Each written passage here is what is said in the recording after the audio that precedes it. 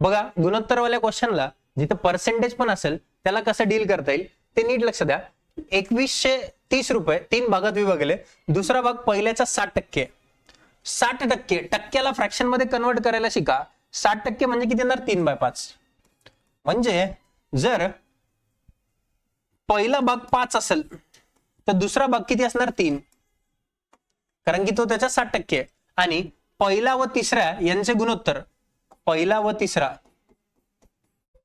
यांचे गुणोत्तर 5/7 आहे. तर ते भाग काय असतील ते विचारले. मला सांगा ए ची किंमत इथं पण 5 आहे, इथं पण 5 आहे, मग दोन्हीकडे सेम आहे. तर जोडताना 5:, बी ची किंमत किती 3 आणि सी ची किंमत किती 7. पहिली संख्या, दुसरी संख्या 3, तिसरी. जर सारखी नसती तर सारखी करून घ्यावी लागली असती.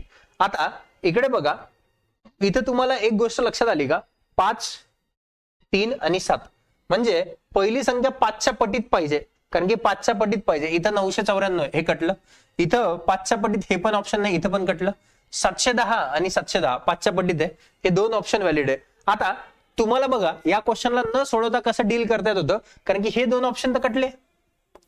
आता 3 लहान आहे 7 पेक्षा, म्हणजे दुसरी संख्या लहान असणार तिसऱ्या संख्येपेक्षा. इथं दुसरी संख्या मोठी दिसते तिसऱ्यापेक्षा, हे ऑप्शन कॅन्सल होणार. म्हणजे option number A will be the correct answer. असं तुम्ही याला न सोडवताही बघू शकता. पेपरला आलेला क्वेश्चन आहे, चेक करून घ्या.